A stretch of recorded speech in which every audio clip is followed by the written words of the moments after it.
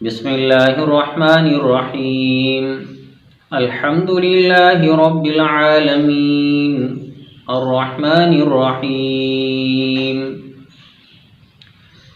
بسم اللہ الرحمن الرحیم، اس کی معنی ہے کہ میں شروع کرتا ہوں اللہ تبارک و تعالی کے نام سے جو نہایت مہربان اور رحم کرنے والا ہے۔ ہر نیک کام کے شروعات میں بسم اللہ الرحمن الرحیم پڑھنا چاہیے،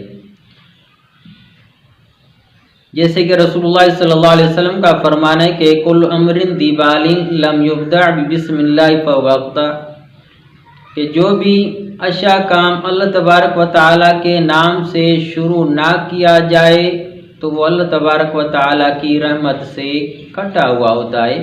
تو جو بھی اچھا کام ہو اس کے شروعات میں بسم اللہ الرحمن الرحیم کہنی چاہیے۔ الرحمن الرحیم، شاہ عبدالعزیز محدث دہلوی رحمہ اللہ علیہ فرماتے ہیں کہ رحمان اسے کہتے ہیں جو بغیر مانگنے کے، بغیر سوال کرنے کا عطا کرے۔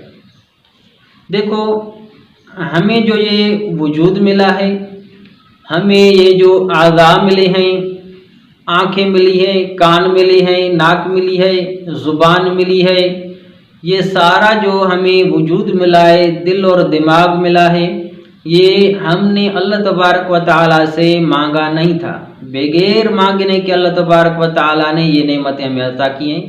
اور بھی کتنی نعمتیں ہیں کہ اللہ تبارک و تعالیٰ نے ہمیں وہ نعمتیں بغیر مانگنے کے عطا کی ہیں، کیونکہ اس وقت ہمیں سوجھ بوجھ نہیں تھی کہ ہم مانگتے، اس لیے اللہ تبارک و تعالیٰ نے یہ چیزیں ہمیں بغیر مانگنے کے عطا کی ہیں۔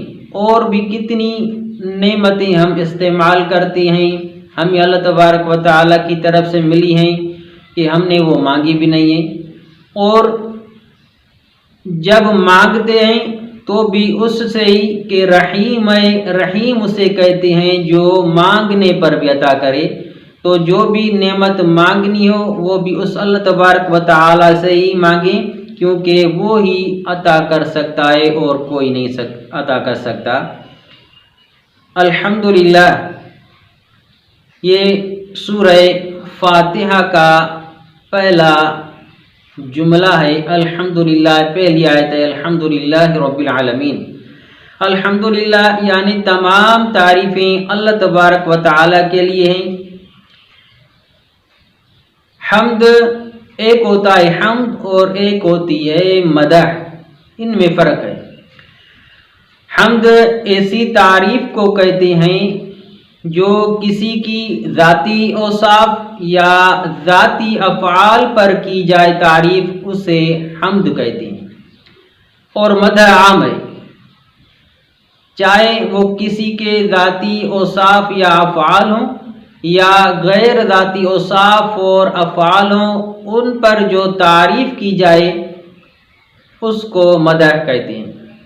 تو حمد کے لائق صرف اللہ تبارک و تعالیٰ کی ذات ہے، کیونکہ اللہ تبارک و تعالیٰ کے سارے افعال جو ہیں وہ ذاتی ہیں، ذاتی اوصاف اللہ تبارک و تعالیٰ کی ہیں، جو بھی اوصاف ہیں وہ بھی ذاتی ہیں، اس لیے حمد کے لائق صرف اللہ تبارک و تعالیٰ کی ذات ہے اور کوئی حمد کے لائق نہیں۔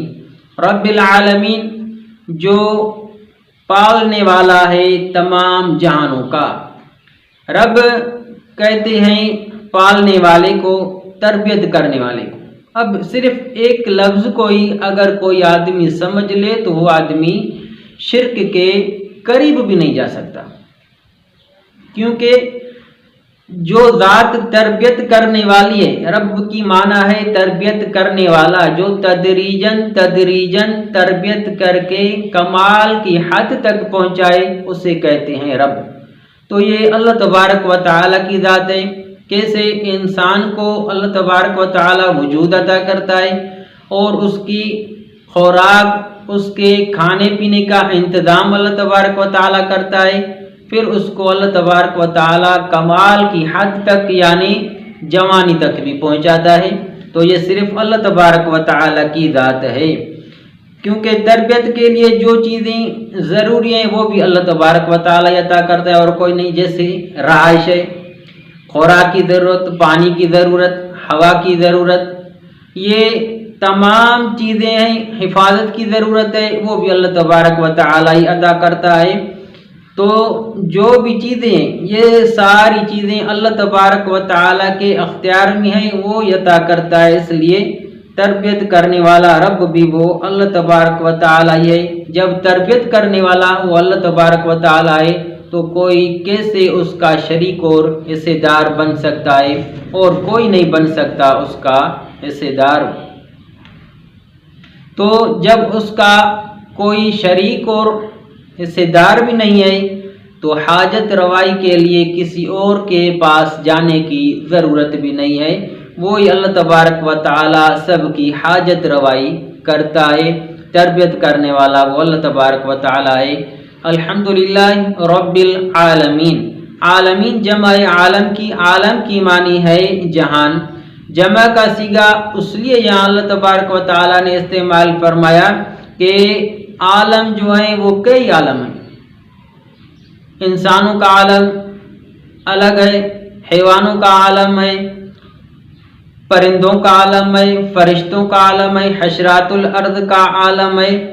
تو ان تمام عالموں میں جو بھی مخلوق رہتی ہے ان سب مخلوق کا پالنے والا صرف اللہ تبارک و تعالی ہے، اس لیے فرمایا کہ تمام جہانوں کا پالنے والا وہ اللہ تبارک و تعالی ہے۔ الرحمن جو بے حد مہربان، الرحیم نہایت رحم کرنے والا ہے۔